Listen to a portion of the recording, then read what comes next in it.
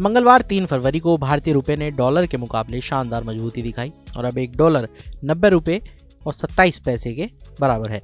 ये रुपए का 3 हफ्ते का हाईएस्ट लेवल है।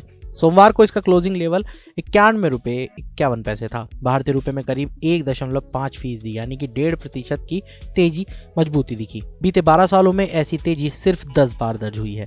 ये उछाल 2014 के बाद से रुपए की तीसरी सबसे बड़ी इंट्राडे तेजी मानी जा रही है, जो इसे शानदार सत्र बनाती है।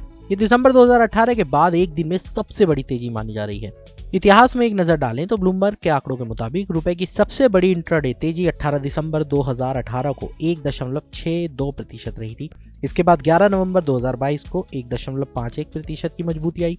अब 3 फरवरी 2026 की 1.48% की तेजी इस लिस्ट में शामिल हो गई है, जो नवंबर 2018 और मई 2019 जैसे बड़े मूव से भी ऊपर है। फॉरेक्स बाजार के जानकारों का कहना है कि रुपए में आई इस तेज मजबूती की सबसे बड़ी वजह भारत अमेरिका ट्रेड डील है। इस डील के तहत अमेरिका ने भारतीय प्रोडक्ट पर लगने वाले रेसिप्रोकल टैरिफ घटाकर 18% कर दिए हैं। इससे भारत की ट्रेड पोजीशन मजबूत हुई है। साथ ही विदेशी निवेशकों यानी FIIs के भरोसे को सहारा मिला है। इंटरबैंक फॉरेक्स मार्केट में रुपया 90.32 प्रति डॉलर पर खुला। ये पिछले बंद स्तर 91.49 से करीब 119 पैसे मजबूत था। इंटरबैंक फॉरेक्स मार्केट में $1.90.30 पर खुला। ये पिछले बंद लेवल के 91 पैसे से करीब 119 पैसे मजबूत था। पूरे दिन बाजार में रुपए की मजबूती बनी रही और आखिर में ये $90.27 के आसपास बंद हुआ। फिनरेक्स ट्रेजरी एडवाइजर्स LLP के हेड ऑफ ट्रेजरी और एग्जीक्यूटिव डायरेक्टर अनिल कुमार भंसाली के मुताबिक टैरिफ में कटौती से भारतीय बाजारों में FII की वापसी का रास्ता फिर से खुल सकता है।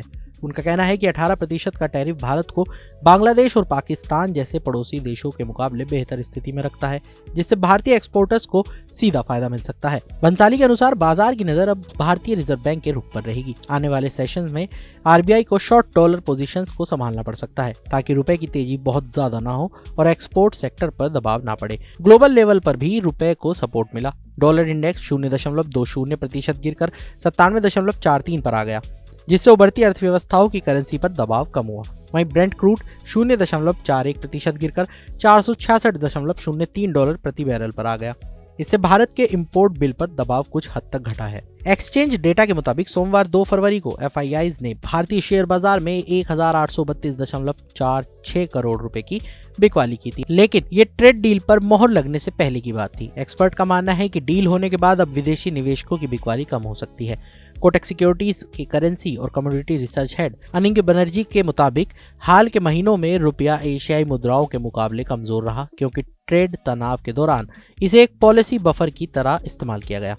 उनका कहना है कि महंगाई कंट्रोल में रहने से रुपए की कमजोरी से इंपोर्टेड इन्फ्लेशन को बड़ा खतरा नहीं है, इसलिए करेंसी वैल्यूएशन में डिस्काउंट बना रहा। अनिंग बनर्जी के अनुसार हालिया ट्रेड एग्रीमेंट और टैरिफ को 18% तक घटाने से रुपए के लिए सीमित लेकिन साफ मजबूती का रास्ता खुला है। हालांकि आगे की चाल इस बात पर निर्भर करेगी कि भारतीय रिजर्व बैंक यानी RBI किस स्तर पर हस्तक्षेप करता है, क्योंकि निर्यात प्रतिस्पर्धा बनाए रखना भी उसकी प्राथमिकता रहेगी।